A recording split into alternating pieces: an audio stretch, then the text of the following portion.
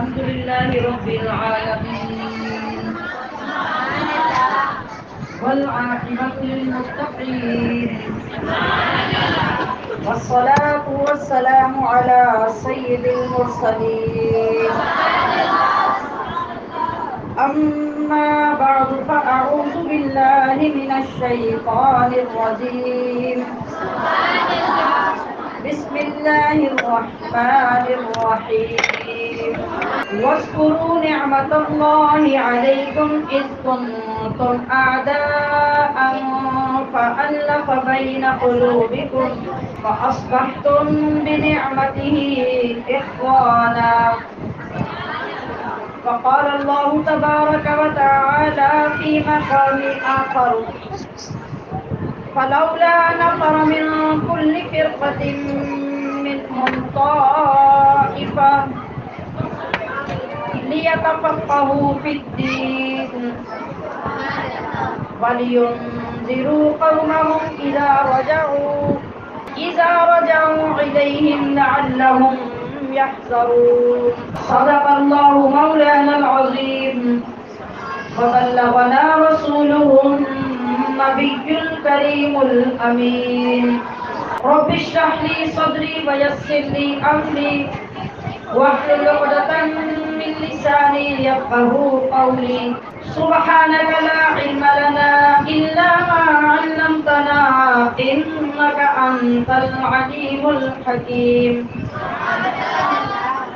إن الله وملائكته يصلون على النبي يا أيها الذين آمنوا صلوا عليه وسلموا تسلیما۔ قرآن کریم کی آیت پاک کو سننے کے بعد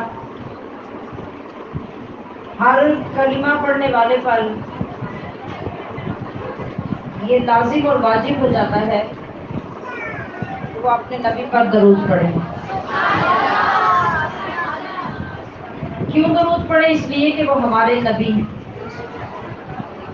اس لیے درود پڑھے کہ درود پڑھنا ہمارے اوپر واجب ہے۔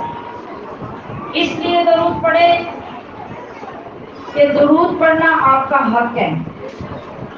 آپ اس منصب پر فائز ہیں کہ درختوں کا پتا پتا، زمین کا ذرہ ذرہ، پانیوں کا قطرہ قطرہ، آسمانوں کا ستارہ ستارہ محبوب پہ درود پڑھتا ہے۔ اس لیے آپ درود پڑھیں کہ اللہ قرآن میں فرما رہا ہے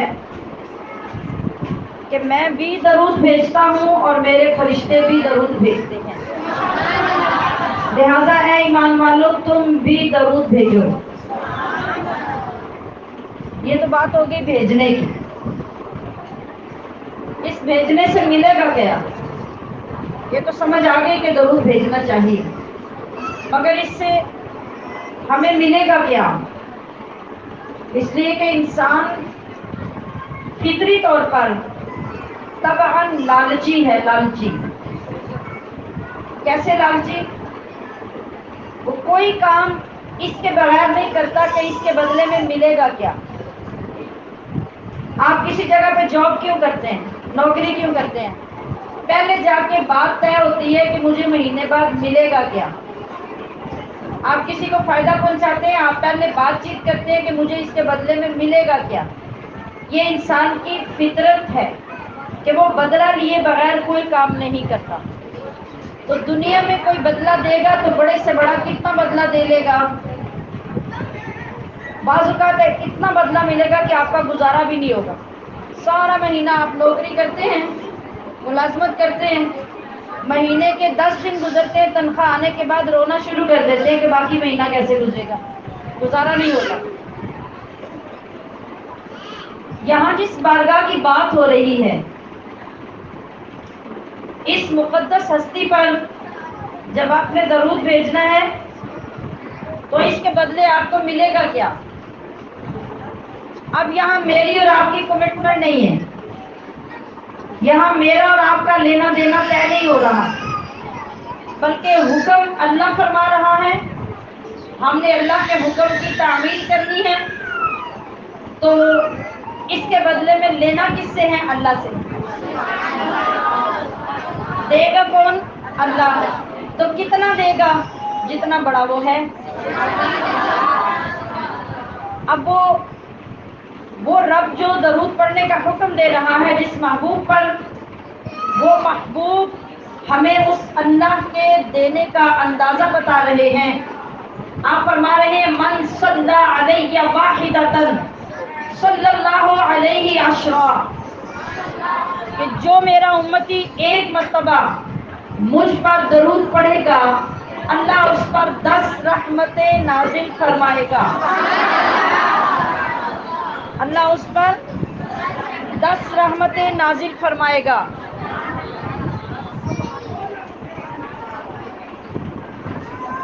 بس اتنا ہی نہیں، فرمایا کہ 10 رحمتیں نازل فرمائے گا، 10 گناہ معاف کیے جائیں گے اور 10 درجات اس بندے کے بلند کیے جائیں گے۔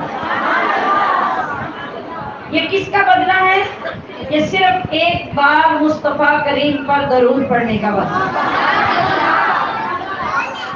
ہم نے کبھی زندگی میں بیٹھ کے سوچا نہیں کہ ہمارے نبی کی شان کتنی بڑی ہے، اور تھوڑا سا تعلق قائم کر لینے پر بھی ہمارے والے نیارے ہو جاتے ہیں۔ ہمارا رب ہمیں اتنا عطا کرتا ہے، اتنا عطا کرتا ہے کہ ہماری جھولیوں میں سمایا نہیں جاتا۔ اور یہ تو آپ اکیلے بیٹھ کے پڑھیں تب بھی 10 رحمتیں ملیں گی، چاہے نماز میں پڑھیں تب بھی، بازار میں پڑھیں تب بھی، گھر میں پڑھیں تب بھی، کونے میں اکیلے بیٹھ کے پڑھیں تب بھی 10 رحمتیں ملیں گی۔ مگر جب آپ آ جائیں محفل میں، جب آپ آ جائیں اجتماع میں، جب آپ آ جائیں زیادہ لوگوں کے اندر، تو میرے اور آپ کے آقا صلی اللہ علیہ وسلم نے ارشاد فرمایا زینوا مجالسکم بالصلاۃ علیہ، کہ لوگوں اپنی مجلسوں کو، اپنی محفلوں کو مجھ پر درود پڑھ کے سجایا کرو۔ ہمارے ہر چیز کو سجانے کا الگ طریقہ ہوتا ہے۔ ہم اپنے جسم کو اور طرح سجاتے ہیں، گھر کو اور طرح سجاتے ہیں، ڈرائنگ روم کو اور طرح سجاتے ہیں، کچن کو اور طرح سجاتے ہیں، ڈائننگ روم کو سجانے کا طریقہ اور ہے، بیڈ روم کو سجانے کا طریقہ اور ہے۔ مصطفیٰ کریم نے فرمایا میری مجلسوں کو سجانے کا طریقہ یہ ہے کہ اس میں کثرت سے درود پڑھا۔ تو کیا ہوگا؟ یا رسول اللہ ہم نے اکیلے میں، لوگوں میں، گھر میں، مصلی پہ، مسجد میں، بازار میں آپ پہ ایک بار درود پڑھا تو اللہ نے ہم پہ 10 رحمتوں کا وعدہ کیا، ہمارے 10 گناہ بخشے، ہمارے 10 درجات بلند کیے۔ تو آقا جب مجلسوں میں ہم آپ پہ درود پڑھنے کے ساتھ مجلسوں کو سجائیں گے، سنواریں گے تو کیا ہوگا؟ آپ نے ارشاد فرمایا کہ ان صلاتکم علیہ نور لکم یوم القیامہ، آج اگر تم دنیا میں اپنی مجلسوں کو درود کے ساتھ سجاؤ گے تو یہ مجلس میں پڑھا ہوا درود قیامت میں تمہارے لیے نور بن جائے گا۔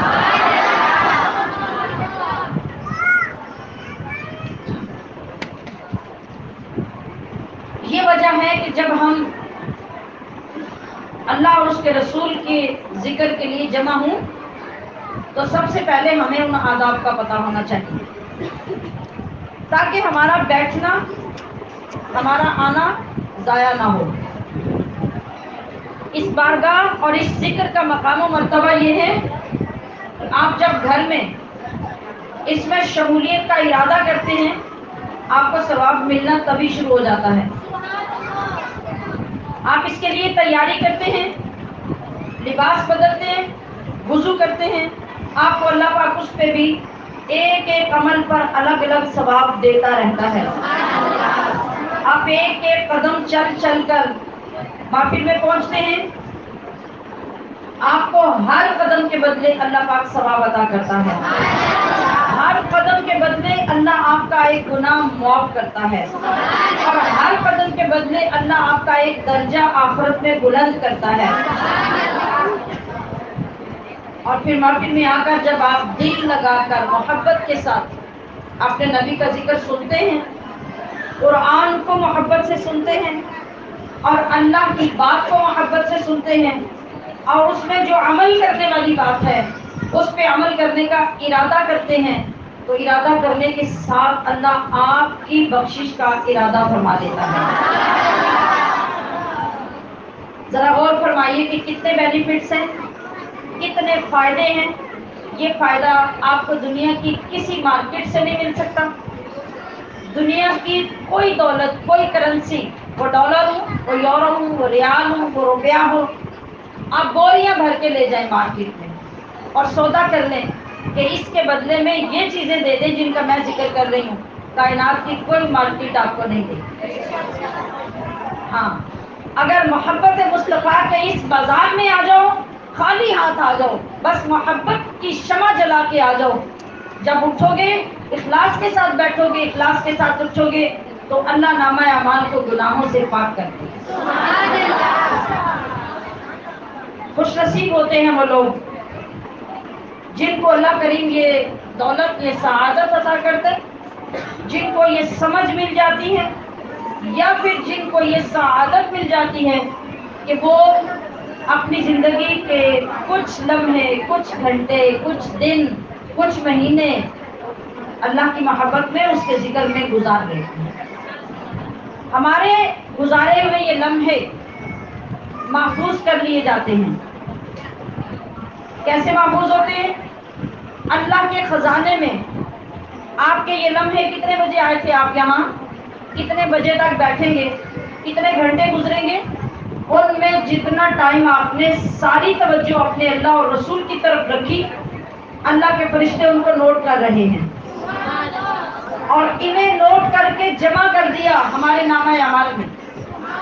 قیامت میں جب ہمیں اللہ کی بارگاہ میں حاضر ہونا ہے تو ہمارا یہ وقت جس میں ہم نے درود پڑھا ہوگا، جس میں ہم نے اللہ کا ذکر سن کے سبحان اللہ کہا ہوگا، جس میں ہم نے رسول اللہ کا نام سن کے صلی اللہ علیہ وسلم کہا ہوگا، جس قرآن کی آیت سن کر ہمارے دل میں قرآن کی محبت پیدا ہوئی ہوگی، یہ سارے لمحے جمع ہو کے محفوظ کر دیے جائیں گے اور جب ہم قیامت پہ اللہ کی بارگاہ میں پہنچیں گے تو ہمارے نامہ اعمال سے یہ وقت نکالا جائے گا، جب ہمارے سامنے لایا جائے گا تو یہ سارا وقت ایک نور کے صندوق کے اندر بند کیا ہوگا، جب وہ صندوق کھولا جائے گا تو وہ صندوق سارا نور سے بھرا ہوا ہوگا۔ مجھے امید ہے کہ آپ کو آج کے لیے بھی اور آئندہ کے لیے بھی اللہ کے ذکر میں آنے کی کچھ نہ کچھ محبت ضرور پیدا ہو جائے گی۔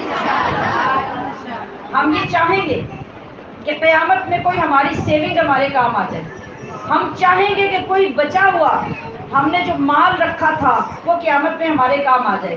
کیوں کام آ جائے؟ اس لیے کہ اس کے بغیر ہماری بخشش نہیں ہوتی، اس کے بغیر ہمیں وہاں کامیاب قرار دے کر پل صراط سے گزارا نہیں جانا۔